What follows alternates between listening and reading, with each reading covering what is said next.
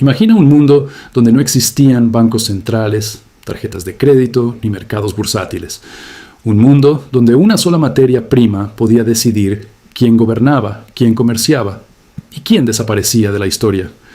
Ahora imagina que un imperio descubrió antes que nadie una verdad brutal. Quien controla el oro, controla el poder. Bienvenidos a El Cronista Financiero, donde la historia, el dinero y el poder convergen. Mucho antes de Wall Street, mucho antes del Fondo Monetario Internacional o del Banco Central Europeo, el antiguo Egipto ya había entendido algo que hoy sigue moviendo al mundo. La riqueza nunca depende únicamente del dinero. Depende del control. Control de recursos, de rutas, de trabajo humano y sobre todo del relato que convence al resto de que tu poder es indestructible. Porque el oro, en aquella época, no era simplemente un metal brillante para coronas y templos. Era la reserva de valor definitiva, durable, escaso, universalmente deseado, el equivalente antiguo a dominar hoy el petróleo, los semiconductores o las cadenas globales de energía. Y Egipto tenía algo que el resto del mundo apenas podía soñar. No comerciaba oro, lo producía. Mientras otros reinos acumulaban pequeñas reservas y sobrevivían con metales limitados, los faraones controlaban algunas de las minas más ricas del mundo antiguo. Durante siglos, toneladas de oro fluían desde los desiertos abrasadores del sur hacia los templos y tesoros reales del Nilo, y ese flujo constante de riqueza se convirtió en la verdadera base del poder egipcio. La mayoría de la gente imagina a Egipto como pirámides, momias y monumentos gigantescos, pero detrás de toda esa magnificencia había algo mucho menos romántico. Una maquinaria económica organizada para extraer riqueza de forma sistemática. Una maquinaria que hoy nos resulta extrañamente familiar, porque cuando observas cómo funcionaba el sistema financiero egipcio, empiezas a notar patrones inquietantes. Recursos estratégicos monopolizados por el Estado, trabajo forzado, infraestructura militar para proteger rutas económicas, dependencia de una materia prima clave, diplomacia financiada con activos escasos. Es decir, el mismo juego que siguen jugando los imperios modernos. La geografía fue el primer gran privilegio de Egipto. El valle del Nilo no era especialmente rico en metales preciosos, pero al sur se encontraba Nubia, territorio que hoy ocuparía parte del sur de Egipto y Sudán, y al este, el inhóspito desierto oriental. Allí, enterradas bajo montañas de cuarzo y roca abrasada por el sol, estaban las vetas de oro. Los egipcios conocían esos depósitos desde épocas muy tempranas. De hecho, muchos historiadores creen que la palabra egipcia para oro, Nub, terminó dando nombre a Nubia. Para los faraones, aquel territorio no era simplemente una frontera, era una bóveda de riqueza. Pero encontrar oro era apenas el comienzo. Extraerlo era una pesadilla logística. Las minas estaban lejos del agua, lejos de las tierras fértiles y lejos de cualquier condición mínimamente humana. Temperaturas insoportables, terrenos brutales, riesgo constante de muerte. Y aún así, Egipto organizó operaciones mineras a gran escala durante siglos. No eran buscadores solitarios cavando con esperanza, como las películas del oeste estadounidense. Era un proyecto estatal, centralizado, organizado, supervisado por funcionarios, soldados y administradores del faraón. Expediciones enteras cruzaban el desierto con miles de trabajadores, herramientas, alimentos y reservas de agua. Se construían asentamientos temporales alrededor de las minas, campamentos gigantescos dedicados exclusivamente a arrancar oro de la roca.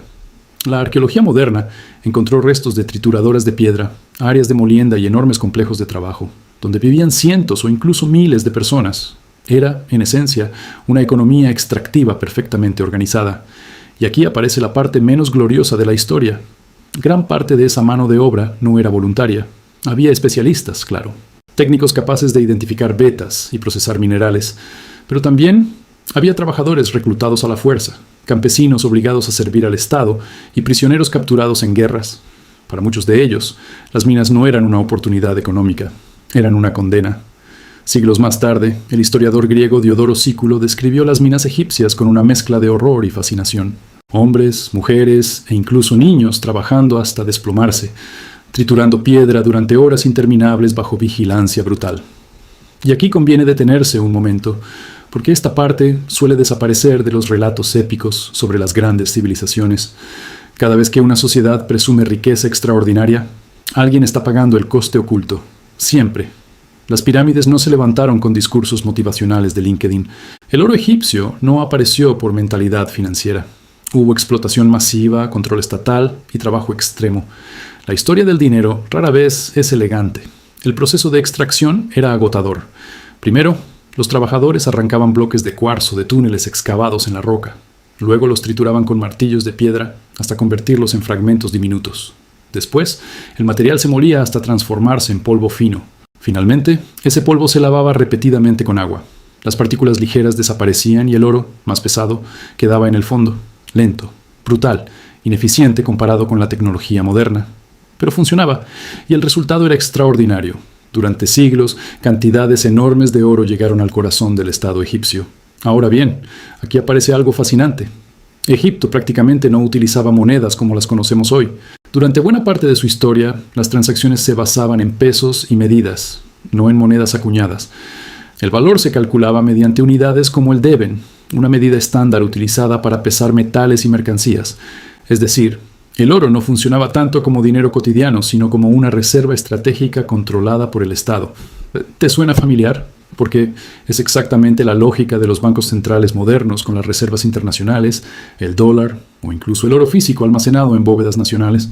El faraón almacenaba enormes cantidades en tesoros reales y complejos religiosos. Desde allí decidía quién recibía riqueza y quién no.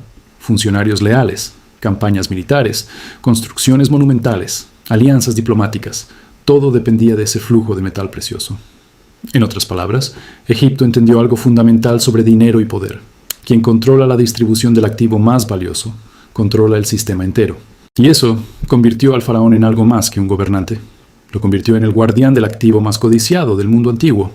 Mientras reinos como Babilonia, Mitanni o el Imperio Hitita luchaban por mantener influencia regional, Egipto poseía una ventaja distinta: acceso constante al oro. Eso cambió completamente la diplomacia internacional. Las famosas cartas de Amarna, descubiertas siglos después en tablillas de arcilla, muestran conversaciones diplomáticas entre Egipto y otros reinos del cercano Oriente durante el siglo XIV a.C. Y hay un tema que aparece obsesivamente: oro. Los reyes extranjeros le pedían oro al faraón constantemente. Uno de ellos incluso escribió que en Egipto el oro era tan abundante como el polvo. Probablemente exageraba, pero la exageración revela algo importante. La reputación financiera de Egipto era gigantesca. El resto del mundo veía al reino del Nilo como la gran tesorería del planeta conocido. Y esa percepción valía tanto como el oro mismo. Porque aquí aparece otra lección eterna del sistema financiero explicado con crudeza. La riqueza no solo depende de poseer activos, también depende de que los demás crean que los posees en cantidades ilimitadas. La confianza mueve imperios, y cuando un país logra proyectar una imagen de riqueza inagotable, obtiene influencia política, diplomática y militar. Estados Unidos entendió eso con el dólar después de la Segunda Guerra Mundial. Arabia Saudita lo entendió con el petróleo. China intenta construirlo hoy con tierras raras, manufactura y cadenas estratégicas.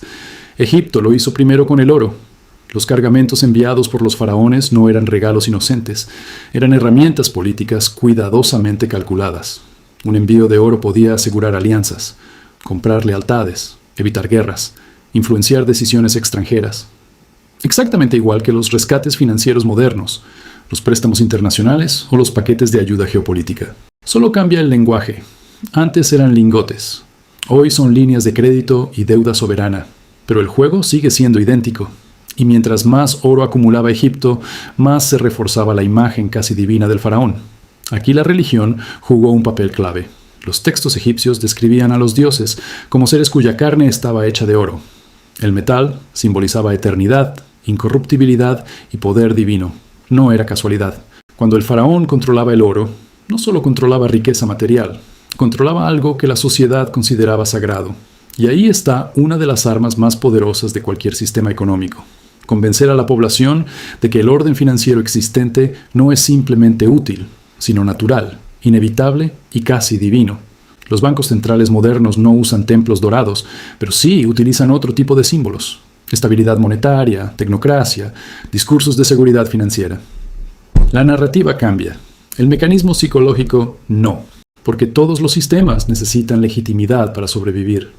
Ahora bien, el problema de construir poder sobre un recurso estratégico es que eventualmente te vuelves dependiente de él. Y aquí, Egipto empezó a descubrir la otra cara del juego. Mantener las minas requería control territorial permanente, rutas protegidas, mano de obra abundante, infraestructura funcionando, autoridad política fuerte. Si cualquiera de esas piezas fallaba, el sistema entero comenzaba a resquebrajarse. Por eso los faraones militarizaron las rutas del desierto, fortificaron caminos, establecieron guarniciones, protegieron caravanas cargadas de cuarzo triturado, polvo de oro y lingotes. Aquellas rutas eran arterias financieras, la sangre económica del imperio. Durante el Reino Nuevo, aproximadamente entre 1550 y 1070 a.C., Egipto alcanzó uno de sus mayores niveles de poder bajo figuras como Hatshepsut, Tutmosis III y Ramsés II. Ejércitos enormes, templos monumentales, influencia diplomática desde el Mediterráneo oriental hasta Oriente Próximo. Pero todo eso costaba dinero, mucho dinero. Y el oro permitía financiarlo porque tenía ventajas únicas. No se pudría como el grano, no enfermaba como el ganado y podía almacenarse indefinidamente. Era el activo perfecto, el equivalente antiguo de una reserva financiera global.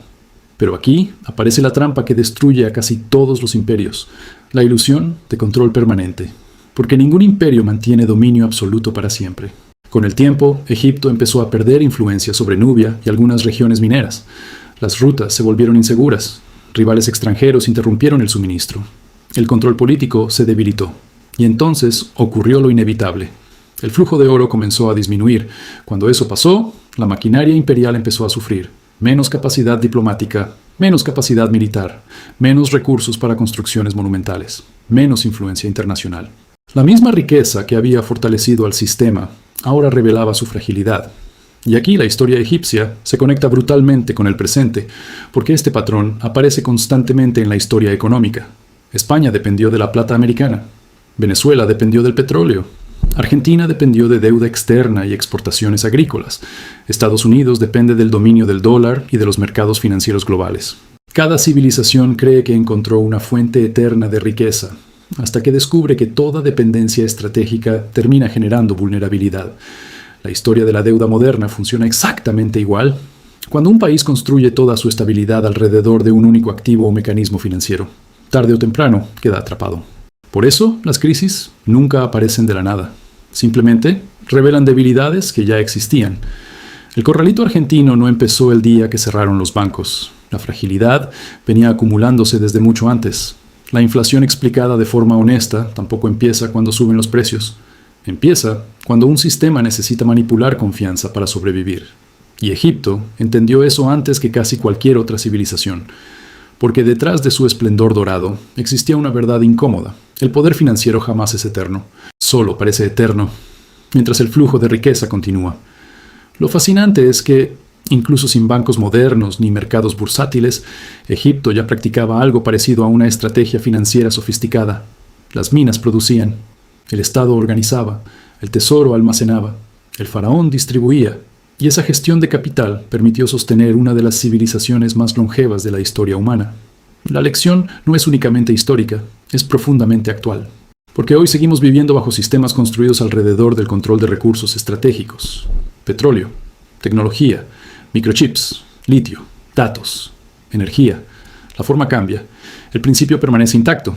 La verdadera riqueza nunca se trata solo del activo, se trata del control sobre el activo, quién lo produce, quién lo distribuye, quién fija las reglas y quién convence al resto del mundo de aceptar esas reglas. Por eso, entender la historia del dinero es mucho más importante de lo que parece. No es nostalgia académica, es supervivencia financiera.